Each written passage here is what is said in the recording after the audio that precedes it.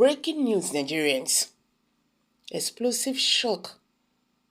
ASO Rock, Nigeria shakes as Tinubu's resignation letter surfaced. See who wrote it. Nigerians, everybody, everywhere don't scatter. Welcome back to Prospect Channels TV. Thank you for coming out here.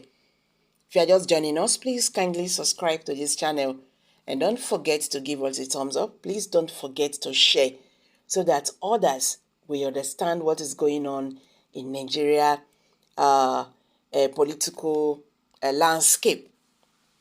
A Nigerian American journalist and writer Rudolph Ogorokonkwo has once again drafted a well-written resignation letter for the President of Nigeria, Bola Ahmed Tinubu. This draft was produced by the journalists in response to the ongoing controversies and calls for President Bola Tinubu to resign to avoid potential disgrace through a Supreme Court ruling or impeachment by the National Assembly. It should be noticed that Tinubu has been facing challenges due to questions about his academic qualifications and alleged involvement in a drug trafficking case, which the Federal Bureau of Investigation, FBI, is set to release over 2,500 pages of criminal records in the incoming days. Recently, Atiku Abubakar, the presidential candidate of the People's Democratic Party (PDP), obtained Tinubu's academic credentials through a United States District Court order to Chicago State University. These credentials, according to some journalists and political analysts, are fraught with discrepancies. Meanwhile, due to allegations of a forged certificate and other pending drug trafficking charges, some Nigerians have called for Tinubu's resignation, while others believe that the Supreme Court, in a case filed by Atiku and Peter Obi of the Labour Party, could restore the country's democracy by removing him from office. In response to the calls for his resignation, Rudolph Ogorokonkwo has decided to draft a comprehensive resignation letter for President Bola Tinubu. And it reads, "Fellow Nigerians, I have always wanted to make something out of myself throughout my life from a low upbringing in the remote part of Western Nigeria. I took a torturous journey across the country and the world that finally brought me to this pinnacle of every man's ambition as the President of the Federal Republic of Nigeria. I am fully aware of how lucky I have been. I am humbled that only 60 men have been able to reach this height since Nigerians' independence, saying 63 years ago. Some 63 years ago, so many men and women died while trying. I want to thank all Nigerians who helped me along the way to get to where I am today. You are the true hero of this accomplishment. You have a special place in my heart. I hope you also get people to support your mission in life the same way you helped mine. Along a tedious journey like this one, I made some mistakes. Truth be told, I was not a model citizen. I took shortcuts in my youthful exuberance to shine and make my family proud of me. I did some things that I should not have done.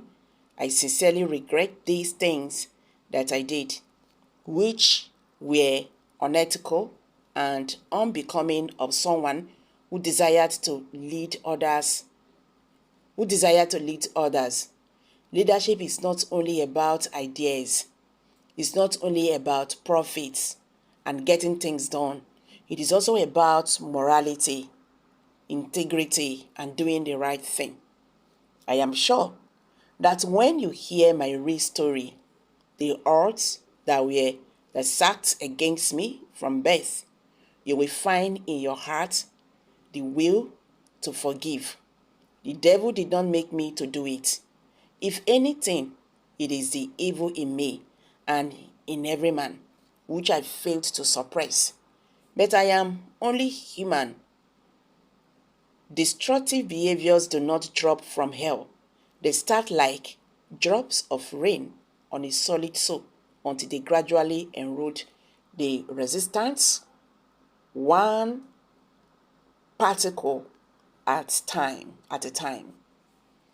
I have since realized that I used the first part of my life to destroy the last. At every opportunity that I had to come clean, I missed it. That was how I got to where I am today. It was not out of any sense of invincibility. I did not feel that I fooled 220 million people for decades, and I would keep fooling them even after that. I was simply afraid. I might have been called the Jagaban, but my thought process was nothing sophisticated. I feared unraveling a careful image I had built over the years. I was not sure that I would be able to recognize myself if I did. I was the wrong It was the wrong path to follow. In the last few days, I have watched friends and acquaintances come out and defend me. I have watched people who know the truth lie, and people who are oblivious of the truth rant uncontrollably. The whole spectacle made me weak, sad, and regretful. I took no pride in seeing myself as a subject of such a caricature. The personal agony that I felt was so debilitating. At, at one point, I felt so ashamed to look at my grandchildren without a pounding heart that I wondered if they saw their grandfather as a crook. I did not wish that my ascension as president would unleash a toxic flame on our beloved country. I did not come to destroy what was left of our fluttering country. Instead, I came to rebuild. Despite my self-interest, I have always held that the nation's interest is more important than mine. I will not let this country crumble on my watch. The truth is that I have lost the trust of so many of my compatriots and that of the wider world that I do not see how I can overcome the handicap without wasting time and the major resources of Nigeria. After carefully considering the events in the last few days, I can no longer allow the destruction of my beloved country and my legacy to continue. Despite my moral lapses, my conscience will not let me stand by and watch my grandchildren's tomorrow poisoned. In this current situation, I can no longer effectively perform my job as president. I have, therefore, decided to put the fate of over 220 million citizens of Nigerians above all things else. As a result, I am resigning the position of the presidency of the Federal Republic of Nigeria by midnight today. I hope my resignation will allow Nigeria to heal upon a new page of integrity and truth and make this day one to remember as the day the nation's rebirth started. May the new culture that this day will bear be our country's guiding principles for centuries, even though I won't be around to midwife it. May this gesture reflect the renewed hope that I came to bring in to bring in the long run. I attended to hand over the country to my able vice president, who I was confident would lead the nation to a gracious place. Unfortunately, after consulting my lawyers, I was informed that I had to live with my vice president because my infractions was pre-election matter in fact effect, and the country will have a chance for a clean start by conducting a new election. I sincerely think it is the best part to a new beginning. Whatever the cost, let us do it for the generations unborn. If there are people I hurt in my political journey, I apologize. It was privilege to serve Nigeria, and I wish my beloved country the best. Yours truly, Bola Ahmed Tinubu. Oh my God. Somebody is now writing for him already. So you see, Nigerians are already packing President Bola Ahmed Tinubu's belongings from ASO Rock already. So guys, I'm dropping it here. Kindly share your thoughts below the comment section. Please do not forget to subscribe to this channel if